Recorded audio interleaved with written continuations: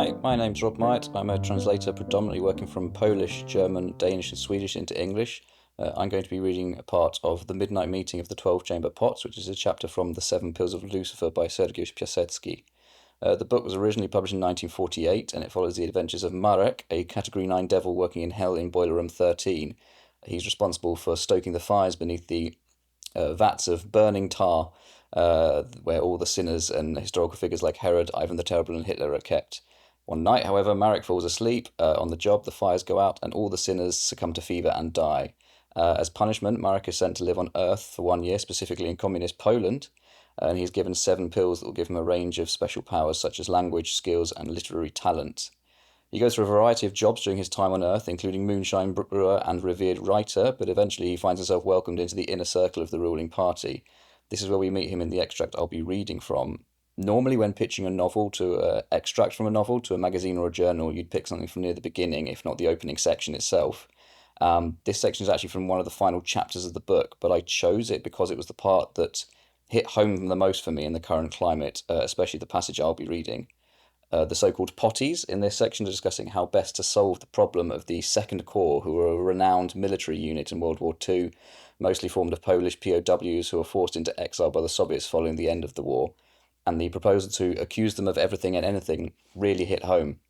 I had this really eerie feeling when I read it because it was written nearly 70 years ago, and yet we're seeing almost identical tactics being used today to justify forever wars and acts of genocide.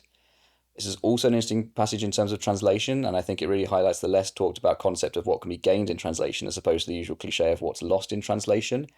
The party elites all have these chamber pots which they wear on their heads, supposedly to protect them against the effects of the atomic bomb, and they consequently refer to each other as numbered chamber pots.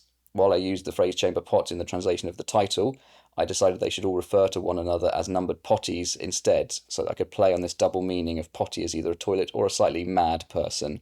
I'm going to read a little bit from the original Polish and then a fuller section of my translation. Punktualnie o godzinie 12 w nocy, za 12 fetalami z czarnego dębu, stało 12 demokratów. Wszyscy byli w czerwonych togach, pantoflach i kapturach na głowach. Każdy miał na piersi duży czarny numer.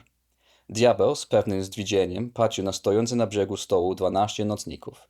Lecz wkrótce dowiedział się, że mają spełnić bardzo ważną funkcję. Numer pierwszy zaczął mówić. Słowa jego krążyły w powietrzu jak nietoperze. Szanowni demokraci, jestem przekonany, że reakcja, sanacje i międzynarodowa plutokracja, gdyby wiedziała, że dziś odbędzie się tu zebranie filarów polskiej demokracji, to by zrobiło wszystko, aby nam przeszkodzić. Budynek jest dobrze strzeżony. Z góry pilnuje go zaprzyjaźniona forteca powietrzna Superdup. Możemy mieć częstowo pewność, że nie zaskoczy nas wroża akcja. Natomiast stratosfera jest wolna i stamtąd grozi nam akcja kapitalistów. Naturalnie, jako demokraci ludowi, jesteśmy nieustraszeni. Lecz ostrożność nie zawadzi. Podłe reakcje w swych wypowiedziach na parkanach zdradziły sekret zabezpieczania się od niszczycielskich skutków bomby atomowej. Zamierzali wykpić naszego sojusznika, lecz zdradzili jedyny sposób ochrony przeciw tej groźnej broni. Jaki to sposób, wiemy wszyscy. Od ruskiej bomby atomowej chroni nocnik fajansowy. Z tymi słowy mówca wziął za ucho ze stołu stojące naprzeciw niego naczynie i uroczyście wdział jej na kaptur. Za jego przykładem poszli wszyscy. I wkrótce, za długim dębowym stołem, w potężnie sklepionej sali, rozpoczęła się sesja Rady Dalekiego Planowania. Przede wszystkim na porządku dziennym, raczej nocnym, 12 nocników powstało kwestia zagrożenia ze strony polskiej reakcji zagranicznej. Uznano, że w danej chwili największe niebezpieczeństwo dla wszystkich zaprzyjaźnionych państw przedstawia armia Andersa we Włoszech, który jeśli zechce, może zetrzeć z powierzchni ziemi wszystkie zaprzyjaźnione rządy w ogóle, a także w szczegółach. Po wypowiedzeniu się wszystkich głos zabrał nocnik numer 1. Stał długo, z politowaniem spoglądając na 11 nocników. Wreszcie powiedział: czy wiecie, jaki jest najpotężniejszy broń? Bomba atomowa, odezwał się Marek. Głupstwo, rzekł nocnik numer 1. Bomba atomowa może być straszna tylko w naszym posiadaniu. Przy tych słowach mówca w dowód prawdy swych słów i jednocześnie, żeby się popisać odwagą, zdjął z kaptura nocnik i postawił go na stole. Potem mówił dalej. Najpotężniejsza broń to krzyk. Mury Jericha padły od wrzasku. Wrzask może człowieka zabić, zamęczyć, pozbawić możliwości rozumowania, nie dać żyć. I w tym wypadku jest jedyna skuteczną bronią, bo tu mówca uniósł palec w górę i zrobił długą pauzę. Zgadza się z życzeniami tych mężów stanu, którzy o losie korpusu zadecydują. Bo zadecydują przyparci do muru przez opinię publiczną. Więc umyją rączki i korpus, który powstał z niczego, stał się zaś potęgą militarną, potem i moralną dla kraju. Zniknie z powierzchni ziemi. I to, czego nie dokonali faszyści i hitlerowcy bronią, dokonamy łatwo my, ludowi demokraci, krzykiem. Więc trzeba tylko krzyczeć, krzyczeć, krzyczeć. Trzeba oskarżać korpus o wszystko, co komu do głowy przyjdzie.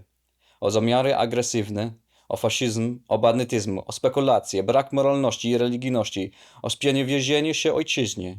Trzeba o tym pisać wszędzie, krzyczeć przez radio i na konferencjach. W kraju wytworzy to tylko większą miłość do korpusu. Ale my swój cel osiągniemy, bo obiekt miłości zniknie. Mówca przypieczętował te słowa ciosem pięści w stół. Kampania ta właściwie jest rozpoczęta, ale musi przybrać na sile i stać się burzą.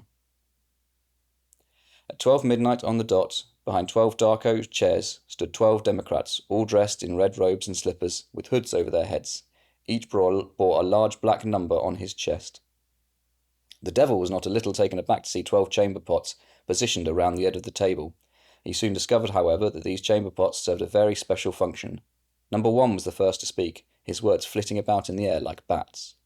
My dear Democrats, I am convinced that the reactionaries, the Sationists, and the international plutocracy, were they to know of tonight's coming together of the pillars of Polish democracy, would stop at nothing to impede us. The building is being well guarded. A friendly arse super fortress is keeping watch from above. We can be moderately confident that we shall not find ourselves waylaid by enemy ambushes.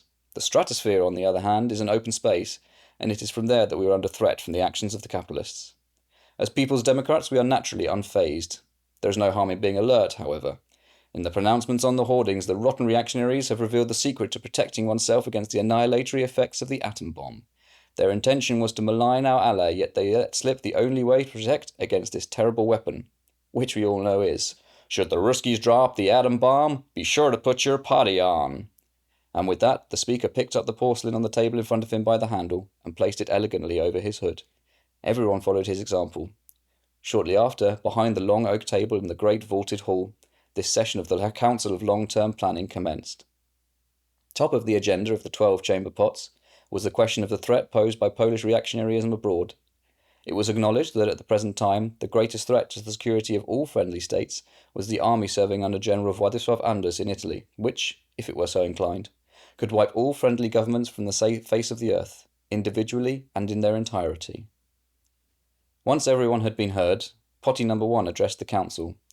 He stood for a long time looking around at the 11 potties with dismay. Finally, he said, I did not expect this esteemed congregation to be overflowing with wisdom, but to contrive such tosh, one would have to be a bourgeois minister from a capitalist state, not an experienced People's Democrat. You have all shown quite well that you know neither your history, nor your psychology, nor your politics. It would appear that you are incapable of properly planning even one large-scale action that would be radical and consider the situation as a whole.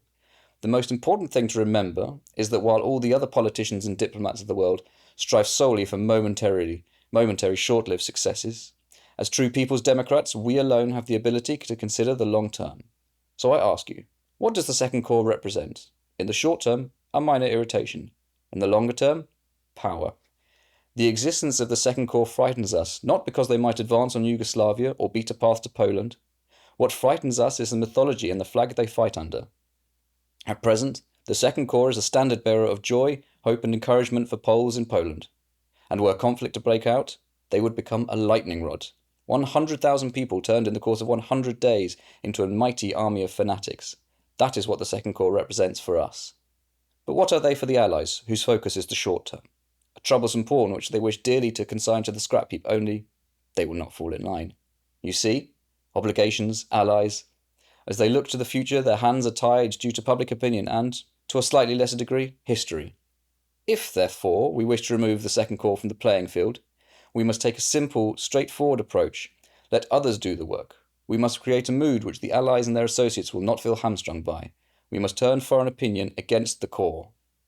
Number 1 fell silent. cast his eyes around the 11 potties and asked, "Do you know what the most powerful weapon of all is?" "The atomic bomb," replied Marek. "Pish!" said potty number 1. "The atomic bomb can elicit fear only when in our possession." With that, as if to prove the truthfulness of his words and simultaneously flaunt his fortitude, number 1 removed the chamber pot from his hood and placed it on the table. He continued, "The most powerful weapon of all is shouting. The walls of Jericho came tumbling down when a great cry rang out. Shouting can kill a man, wear him down, prevent him from thinking straight. It will not let him be. And it is in that vein that it constitutes the only effective weapon because—" Number 1 raised a finger and took a long pause. "It aligns with the wishes of those statesmen who will determine the fate of the Second Corps, because when their backs are against the wall, they will make their decisions according to public opinion, and so they will wash their hands of the matter and of the Second Corps, which came from nothing and rose to become first a military and then a moral power for the country, will vanish from the face of the earth. And that which the fascists and the Hitlerians failed to accomplish with arms, we People's Democrats shall accomplish with ease by shouting. That is all it will take. Shout, shout, and shout again. Accuse the Second Corps of everything and anything that comes to mind. Accuse them of savage intentions, of fascism, of brigandry and speculation, of immorality and irreligiousness. Accuse them of misappropriating the wealth of the fatherland. We must write of this everywhere. Shout it over the radio and at congresses. On the home front, this will only create an even greater love for the Second Corps. But we shall achieve our goal because the object of this love will disappear." Number 1 slammed his fist on the table to hammer home his point. "In fact, this campaign has already begun, but it must gain in strength and become a storm.